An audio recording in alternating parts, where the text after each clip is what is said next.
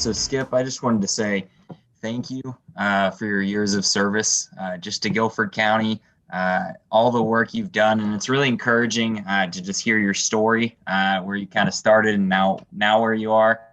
Um, Really, just on behalf of GRRA, thank you, especially for the work you did last year amidst the pandemic. Just really advocating for real estate to be essential. I know Well, all our members would want me to say that, so I just want to say thank you. well, We kind of, let me yeah. say this too, Joe. One of my others, I don't know if you're going to ask this question or not. One of my other proudest moments that's not involved in politics is when I got elected or appointed to the North Carolina Real Estate Commission. Oh, wow. I Yeah. served on the Real Estate Commission for 8 years. Okay. Okay. And I served as chairman of that Real Estate Commission for the Real Estate Commission for 2 years and vice chairman for 2 years out of those entire 8 years. So that was the highlight of my career as a realtor, to be able to get appointed to the North Carolina Real Estate Commission and be in charge of all the realtors in the whole state of North Carolina. So that's one of my biggest accomplishments as far as my career. Wow, that's great. Yeah, that's great to hear.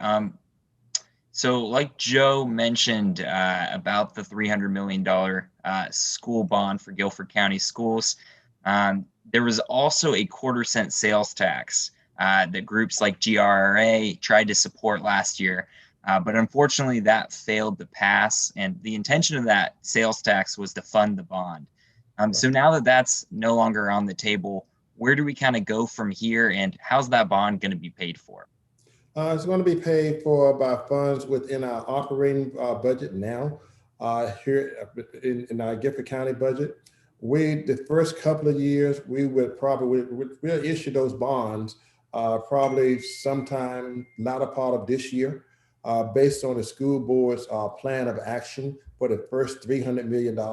And then part of the bonds will probably be issued this year, possibly $150 million, and then part of the bonds will probably be issued the next year. As far as being able to pay for those bonds after basically the work is done. But the $300 million, we're not going to have to raise taxes this July, this June, in order to pay for those $300 million, that $300 million bond. It would probably take us about $5 or $6 million or so in order to pay for the $300 million bond. We can find that in our operating budget. And if we have to, we go to our fund balance in order to pay for that. But I'm advocating for the school system has really a plan and a budget to really put our schools in first class position of a $2 billion renovations and building plan. And that's a $2 billion plan. And I want to fund that. That $300 million that the Board of County Commissioners put forth last year, meant to me was an insult in the fact that we should have been able to put at least a half of that $2 billion problem that we really have with our school system on the ballot last year. So it should have been $1 billion instead of $300 million. So we did a $900,000 study, brought some bright minds in, and the commissioners and the school board members worked together for about 2 years in order to come up with a plan that called for a $2 billion budget. They threw that away. All of that $900,000, all of that planning went away, okay, and said we're going to only put $300 million to a $2 billion problem. I think our schools, our teachers, our students that go to those schools, they deserve better. So I'm going to be fighting this year to put a $1.7 billion bond on the ballot for March of next year, okay? And we'll be able to pay for that, hopefully without a tax rate increase. And hear what I said, a tax rate increase, because if we do a tax rate, keep our tax rate the same, tax rate neutral, next year when we do our reevaluation of all the property in Guilford County, we should be able to collect about $30 to $35 million more a year if we keep our tax rate the same. Now in 2017, we did a reevaluation and we went revenue neutral. meaning that the base of our real estate in Guilford County rose, but we've cut our tax rate down so that we wouldn't be taking in no more money than what we were the year before. Greensboro, City of Greensboro didn't do that. High Point City Council didn't do that. They kept their rate the same. Greensboro took in another $10 million, $8 to $10 million. Okay, extra. Nobody knew that because they kept the rate the same. High Point took in another $5 million because what? The rate stayed the same, but their property values in their city went up. Now, if we do that throughout Guilford County next year, then we would be able to take in another $30 to $35 million.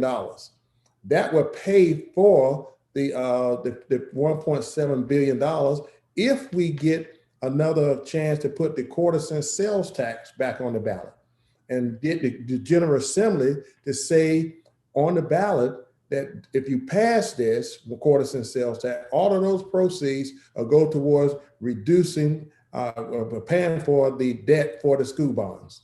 That was not on the ballot this time. So we need to get with the General Assembly and ask them to give us the authority to put on the ballot again March of next year during the primary election, another quarter-cent sales tax, that money would go directly towards the school bond debt. That would give us another $19 million a year. So you're looking at about $45 to $50 million that we can have, and we keep our tax rate the same. Now, the people in our community, and I know GRRA want to understand this, so that if the property value goes up, yes, your taxes are going to go up a little bit, but it's based on the amount of value that your property went up. But if your property didn't go up, you wouldn't pay anymore. But if your property went up $10,000, $20,000 more than it was and reevaluated when we reevaluated in 2017, you'll pay a little bit more. But I think that our community would be willing to pay that amount in order to really invest into our schools. Because if we invest in our schools, the first thing that people ask when they're looking to relocate their company, their headquarters to Guilford County, they ask, how are your schools?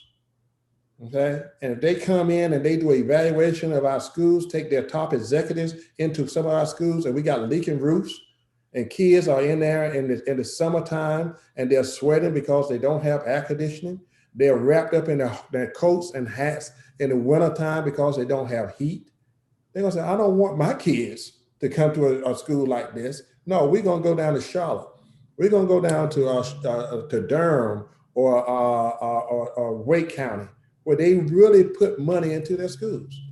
So we have to make sure our school system, if we want to build our tax base up, and we won't have to have a tax rate increase for years to come, if we build our tax base up, we get more people to come in like Publix, invest $400 million into our county. Okay, that's creating the increase in our tax base. They will bring and they'll start paying $1 million more a year. We don't have to go up on the tax rate. For every 1 cent that we go up on the tax rate, we collect another $5.3 million a year. So, over the past 8 years, we've lost over $125 million because the majority on the board from 2012 to last year, they tried to play games by just cutting the property tax just to show that they were conservative. Okay, but by cutting the 1 cent on the tax rate that they did in 2013, that made Guilford County lose $5.2 million a year. Wow. And you compound that over the past 8 years, and then you look at the fact that we didn't go rate neutral in 2017. We've lost over the past 8 years just because some of the members on the county commissioners during that time wanted to play politics instead of looking out for our schools and our community.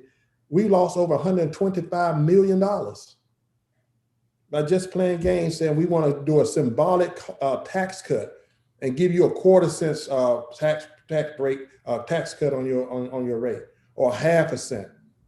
That's what they did over the past 8 years. We lost $125 million. That money could have gone into schools. I don't want to play those games. I want to put our children first and put this community first.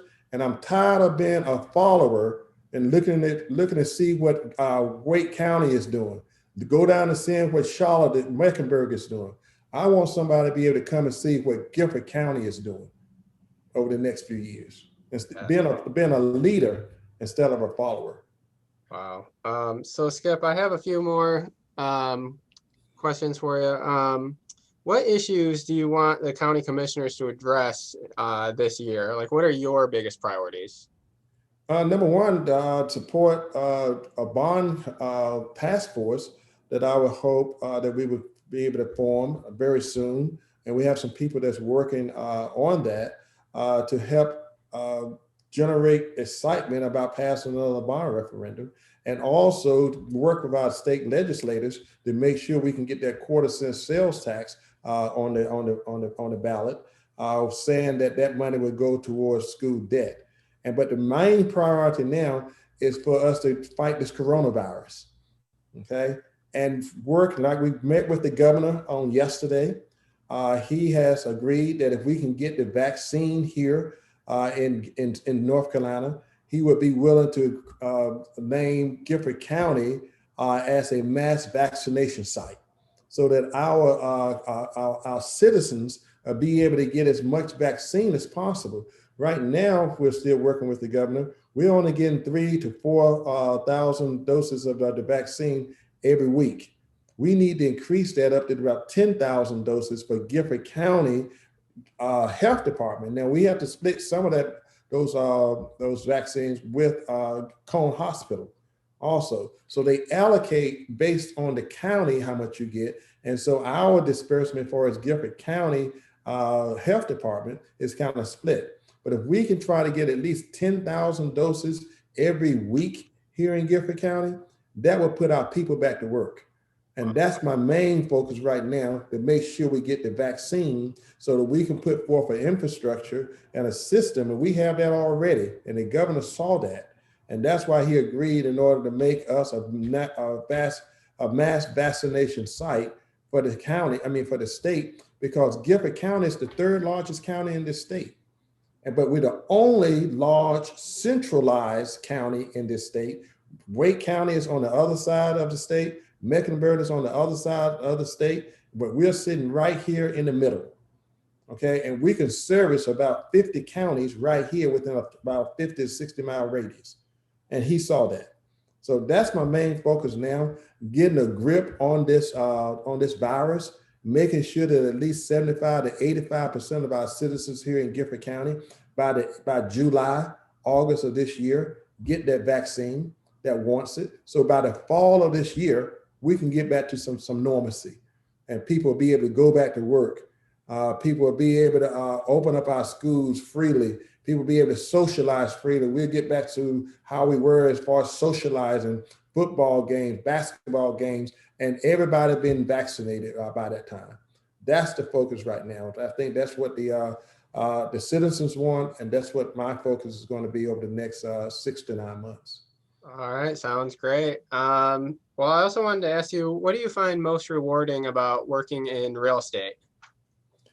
Being able to allow a person that's the largest investment that they use in making their lifetime, to buy a home, and being able to provide that service to them in a very professional manner. And they buy the home that they're going to be living in for the next 5, 10, 15 years, and being able to see that family grow. And I've been able to do that over the past 38 years working with real estate. A gentleman saw me at a Verizon store the other day. He said, "Mr. Alston, you might not remember me, but you sold me my house and helped me get a VA loan 20 years ago." I didn't remember him, but he remembered the fact that I provided him that service. And he was proud to still say that he's still living in that house. And he was proud to recognize me publicly as being the person that helped him get that house. That was a warm feeling. And I think a lot of realtors like the fact that we are helping people in a very professional manner, make one of the biggest decisions they ever make in their lifetime, and that's to buy a home for their families and to make sure that they get the right home, and they also get qualified for it, and give them the advice that they need in order to make a very professional and good decision based on their income and their ability to pay for the home, and there won't be a strain on them. All right, great. Joel, did you have anything else you wanted to ask about schools or anything? No, he really answered it all, Skip. You really hit all the high points there. And I think you're absolutely right. We have a $2 billion problem here, and it really is an economic development issue at the end of the day. So, yeah, thank you for all your insight there.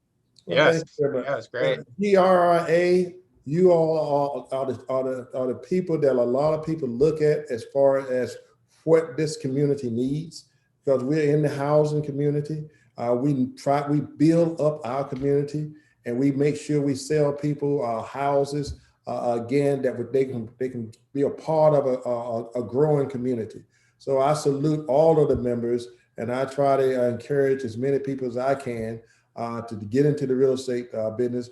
I have 2 sons, both of them are real estate brokers. My wife is a real estate broker.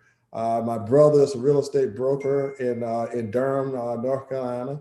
My daughter-in-law, she's studying for the exam now. So it's all about real estate and really trying to carry on a legacy there, because I really believe that realtors are God's angels for allowing people to get their big dream of their life.